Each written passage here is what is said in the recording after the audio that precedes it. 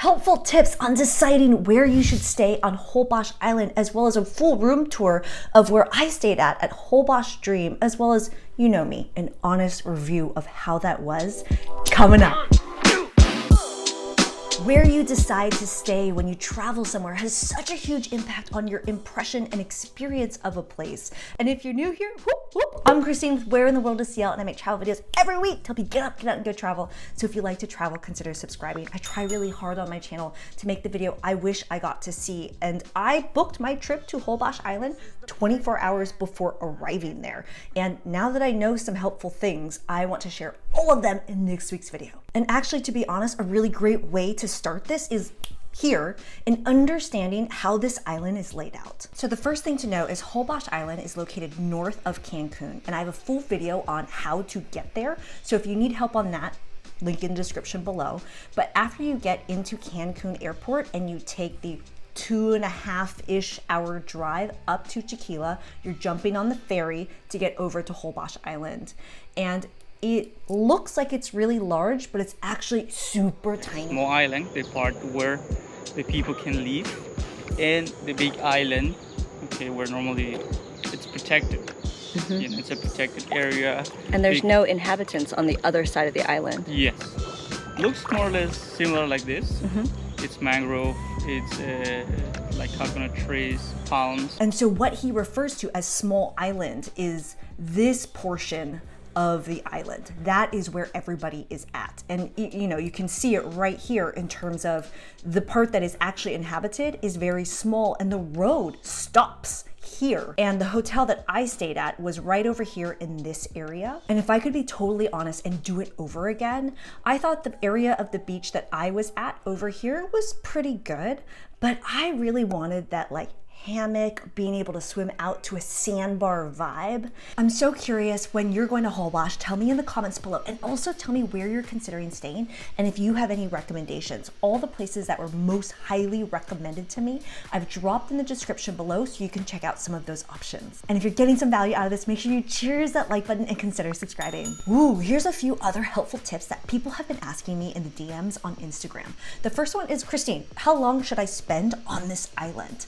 And for me, I was there for just 2 nights, which felt insanely short, and I packed it full of activities. Make sure you check the full video playlist in the description, but it definitely felt rushed and wasn't enough time. My girl Katrina wrote a really helpful blog article. I linked that in the description below, but this is her take on the question of how long to spend there. I would recommend a minimum of 5 days, because getting there is a work of art and science.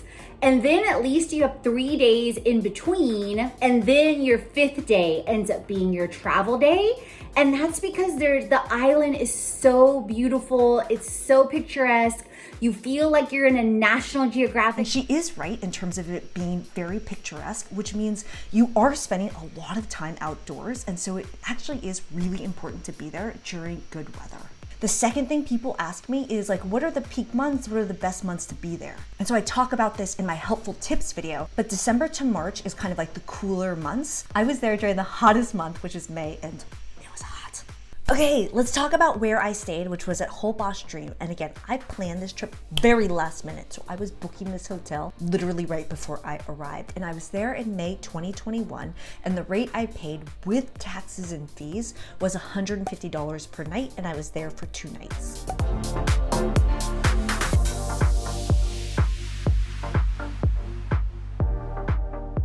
So everything seems fine and good. I filmed a little something for you as soon as I checked in, but then we'll compare it to how I felt when it was time to go. I'll say I'm neither excited nor disappointed about the hotel.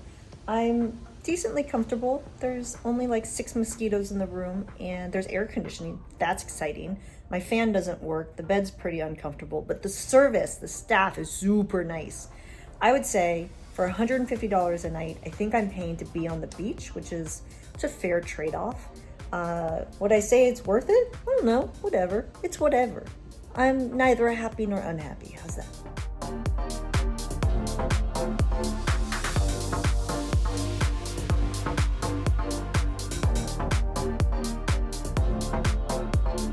Getting ready to check out. I'm rushing because it's time to get to Cancun, but I wanted to give an honest review of my room because I'm all about keeping it real.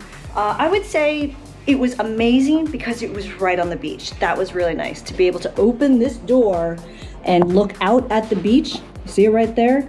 Was really, really awesome. You're probably like, oh, there's a pool, but like it's basically like a little pond. But it's still really nice. It's nice to have water next to you all the time.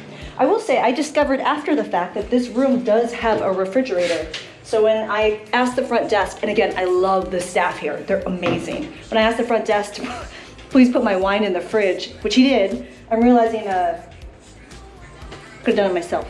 The other thing is, I know you're gonna probably think this is gross, but I haven't showered since I was here because it's hot outside, but at the same time, like, I like to take at least a warm shower.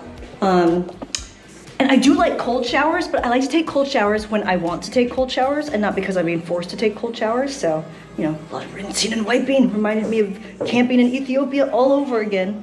And yeah, the bed was as uncomfortable as I expected, but key, air conditioning work. That was awesome because it really is really hot here. Really hot here. So I would say overall, it was a fine experience. Would I do it again? Absolutely not. Would I recommend it? If you can find a good price and you enjoy being on the beach, absolutely. That's my real review. Holbox, I love this island. Make sure you check the description for tons more helpful info and resources, and tell me in the comments where you're considering staying. I'm Christine. I'm here every week with new videos. Hope to see you in the next adventure. Ciao.